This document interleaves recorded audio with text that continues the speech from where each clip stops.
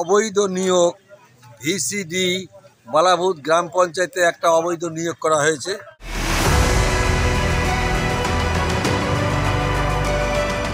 রাতারাতি মোটা টাকার বিনিময়ে নিয়োগ।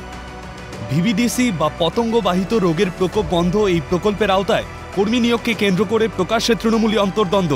ঘটনায় চাঞ্চল্য কোচবিহার তুফানগঞ্জের বালাভূত গ্রাম পঞ্চায়েতে।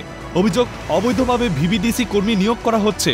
মোটা অঙ্কের বিনিময়ে জামানুর হক নামে এক ব্যক্তিকে নিয়োগ করেছেন তৃণমূল অঞ্চল সভাপতি আশরাফুল হক ব্যাপারী ও পঞ্চায়েত প্রধান আফতার আলী ব্যাপারী। বৃহস্পতিবার বালাভূত অঞ্চল তৃণমূল চেয়ারম্যানের নেতৃত্বে এলাকায় বিক্ষোভে সামিল হন তৃণমূল কর্মী সমর্থকদের একাংশ। রাতারাতি 3 লক্ষ টাকা নিয়ে চাকরি দেওয়া হলো সিপিএম লোককে, কেন সেই জন্য আমরা মিছিল দিতেছি। আমরা এই কাজ হতে দেব না। উপর নেতৃত্ব আসিয়া এখানে দেখো কি করা যায়, কোনটা সত্য মিথ্যা আপনারা আসি বিবেক বিচার করেন।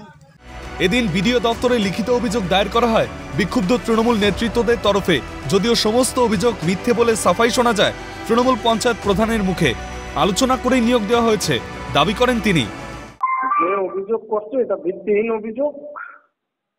আমরা পদ্ধতি মোতাবেকই করছি। আমাদের গ্রাম পঞ্চায়েতের 16 জন, তার মধ্যে 14 জন উপস্থিত ছিল। আমরা ভোটে বসে মিটিং এ আলোচনা করে সিদ্ধান্ত করে রেজুলেশন করছি।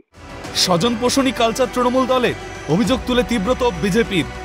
চুরি করে, স্বজন পোষণ করে, সেটা তার প্রমাণ তাদের দলেরই কর্মী সমর্থকেরা প্রকাশ করে দিল। ওখানে অর্থের বিনিময়ে অস্থায়ী কর্মী নিয়োগ হয়েছে এবং প্রধান উপপ্রধান এরা জড়িত। যেহেতু ওরা ভাগ পায়নি সেহেতু ওরা আজকে সোচ্চার হয়েছে। পঞ্চায়েতের পর টার্গেট 2024-এর লোকসভা নির্বাচন। তার আগে দিকে দিকে গোষ্ঠীদ্বন্দ্বে জেরবার তৃণমূল। এদিকে দেগঙ্গা যাওয়ার পথে মুখ্যমন্ত্রী যেমন বার্তা দিয়েছিলেন হাওড়া নিয়ে, তেমনই দেগঙ্গার অনুষ্ঠান মঞ্চ থেকেও বার্তা দেন দলীয় কর্মীদের উদ্দেশ্যে, আমি কোনো ঝগড়া অ্যালাউ করব না। তাকে ডেকে নিয়ে আসুন, আমি কোনো ঝগড়া অ্যালাউ করব না। আর কেউ যদি লোকালি ভাবেন আমি বড় নেতা হয়ে গেছি, পার্টিটাকে না ভালোবেসে নিজেকে ভালোবাসবো, সেটা হবে না। আমি বড় তাই আর একজনকে পাত্তা দিলাম না, এটা সংগঠনের কাজ নয়।